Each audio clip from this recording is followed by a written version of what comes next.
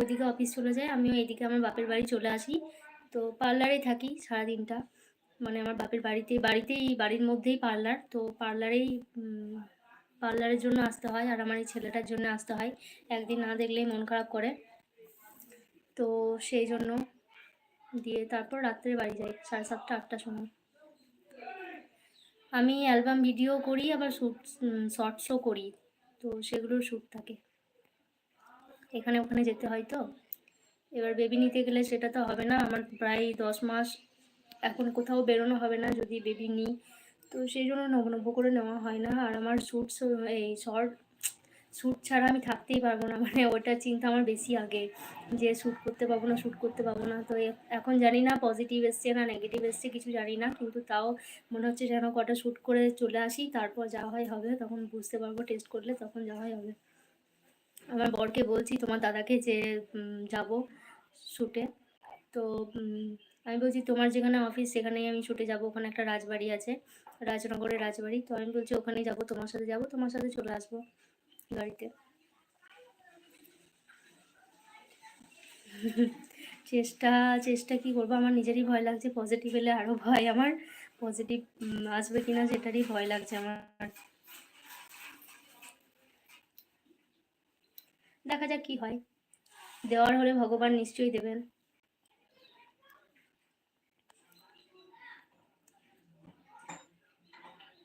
আসলে কি বলতো, আমি নিজেই এখনো বাচ্চা, আর আমি কি বাচ্চা, আমাদের বাড়িতে সবাই ওটাই টেনশন করছে যে তুই এখনো বাচ্চা, তুই কি মানুষ করবি বাচ্চা, মানে তোমার দাদাকে আমাকেই মানুষ করতে হয়। ও আর মানে আমাদের দুজনকে যদি একসাথে মানুষ করতে হয় তাহলে ওকে আর অফিসেই যাওয়া হবে না, এরকম। কি কি বলো?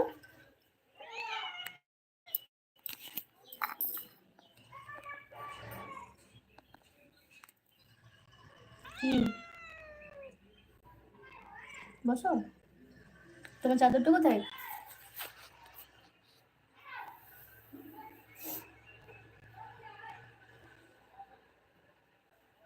সেটাই, দেখা যাক কি হয়।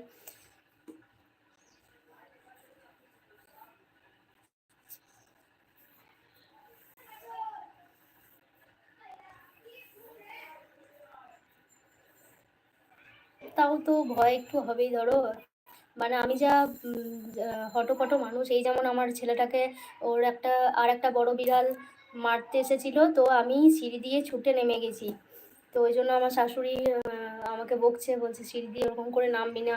এবার আমার মনে থাকে না, তো আমি ওরকমভাবে নেমে যাই, তো দিয়ে ওইটার জন্যই ভয় লাগছে যে কিছু হবে না হবে না, সেসব তো বলা যায় না।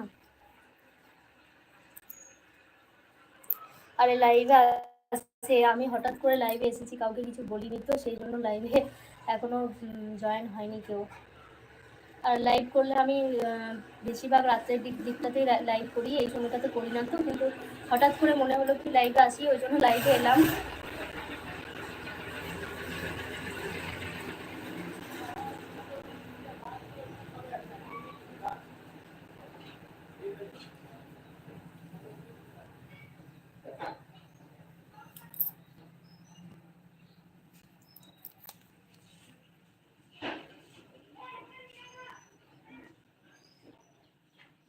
না, তোমার দাদা ভাত খেয়ে গেছে, এবার ওখানে টিফিনে ওকে মুড়ি টুড়ি বা চাউমিন টাউমিন কিছু করে দিয়ে দিত, তো আজকে সেসব কিছু করতে পারিনি, আজকে মুড়ি নিয়ে গেছে।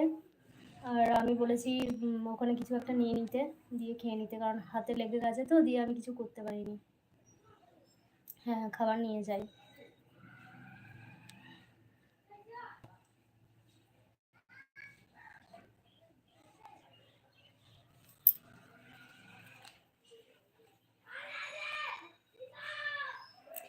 তোমাদের ওখানে ঠান্ডা কিরকম?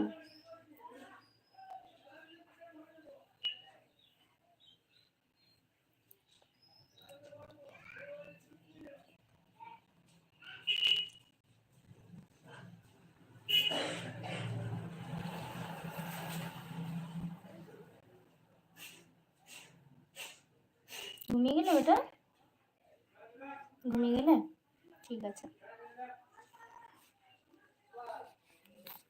আমার বেটা ঘুমিয়ে গেছে।